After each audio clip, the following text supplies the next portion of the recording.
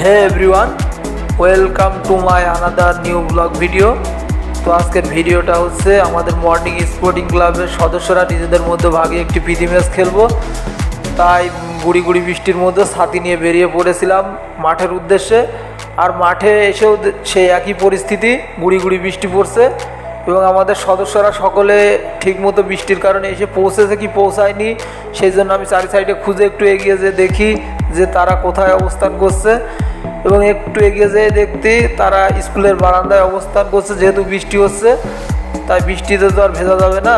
তো যাই হোক, বৃষ্টি থামবার পরে আমরা কিন্তু এখন খেলার পুরোপুরি প্রস্তুতি নিয়ে নিয়েছি। এইদিকে দেখুন, আকাশ পুরো ক্লিয়ার, সূর্য হালকা হালকা উঁকি দিচ্ছে। তো যাই হোক, খেলাটা আমাদের শুরু করতে হবে। অনেক দিন পরে নিজেদের মধ্যে খেলা, মনের মধ্যে একটি আনন্দ ভাব কাজ করছে। এবং এদিকে দুটি দল ভাগিয়ে আমাদেরকে জার্সি দেওয়া হয়। আমরা কিন্তু এই আকাশি নীল জার্সি পাই এবং বিপরীত সাইডে লাল জার্সি। তো যাই হোক, এর মধ্যে কিক অফের মাধ্যমে খেলা শুরু হয়ে যায়। খুব সুন্দর খেলা চলে এবং আমি যতক্ষণ খেলেছিলাম ততক্ষণ ভিডিও করার লোক ছিল না, তাই ভিডিও করতে পারিনি। আমি হাফ টাইম পর্যন্ত খেলার পরে বসে পড়ার পরে আমি ভিডিওটা করি মূলত। এবং আজকের খেলায় দুটি দলই খুব প্রতিদ্বন্দ্বিতামূলক লড়াই করেছিলাম আমরা।